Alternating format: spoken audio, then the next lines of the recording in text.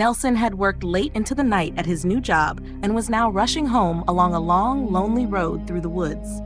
The clock read midnight, and the darkness seemed to swallow everything. With only his flashlight to guide him, Nelson's heart pounded with a mix of exhaustion and unease. As he walked, a tall, strange man emerged from the shadowy woods and stepped onto the road. With a calm but eerie tone, the man asked, "You are walking alone at midnight. Where are you going?" Nelson stopped in his tracks and replied, "I'm just heading home." The strange man chuckled softly and said, "You look scared. Are you scared?" Nelson forced a smile and answered, "I'm not scared." The man shook his head and replied, "No, you are scared. I can see it, feel it. Let me walk with you to your home and accompany you." Nelson hesitated. "I appreciate it, but I can manage on my own," he protested. However, the man's insistence, combined with his calm, almost wise demeanor, made Nelson reluctantly agree. As they walked side by side, the stranger introduced himself.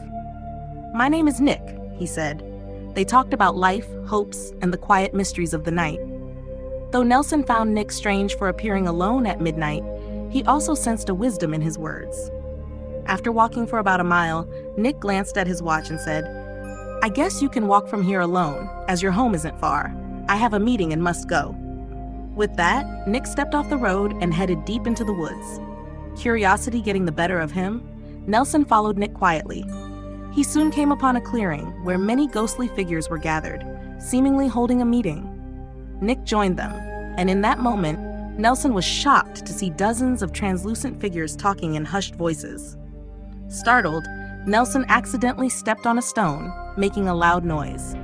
The ghosts turned their attention to him and quickly surrounded him. They began to debate in eerie whispers, arguing whether to kill him on the spot.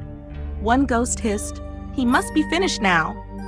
Another murmured, "Yes, he is a trespasser among us." But then Nick intervened, saying, "I will deal with him myself, somewhere else, where no one can find Nelson's body." All the ghosts murmured their agreement, trusting Nick's command. Nick then grabbed Nelson and swiftly took him back onto the road, out of sight. Desperate, Nelson begged, "Please don't kill me. Spare me, I beg you." Nick's voice softened. "I won't kill you. I did this to save you, but promise me you'll never come down this road at midnight again. And keep this a secret. People must believe that ghosts don't exist." Relieved yet shaken, Nelson thanked Nick and ran as fast as he could back to his house. When he finally reached his door, he paused in disbelief. There, standing in the dim light, was the spirit of his dead mother. His eyes widened with shock, then softened with joy.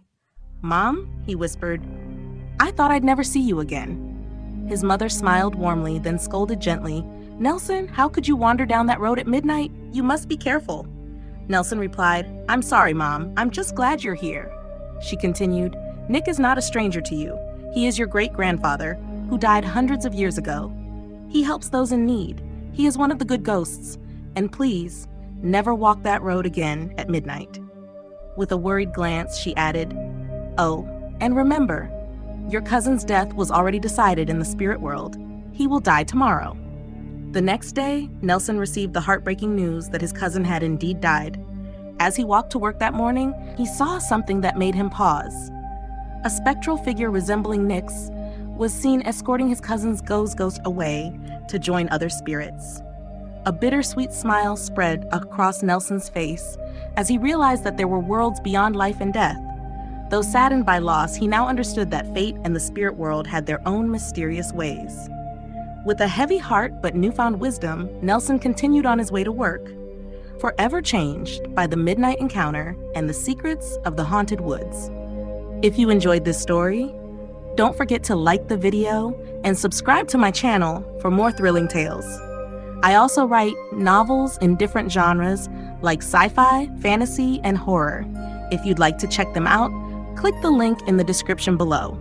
Thank you for watching, and stay tuned for more exciting stories.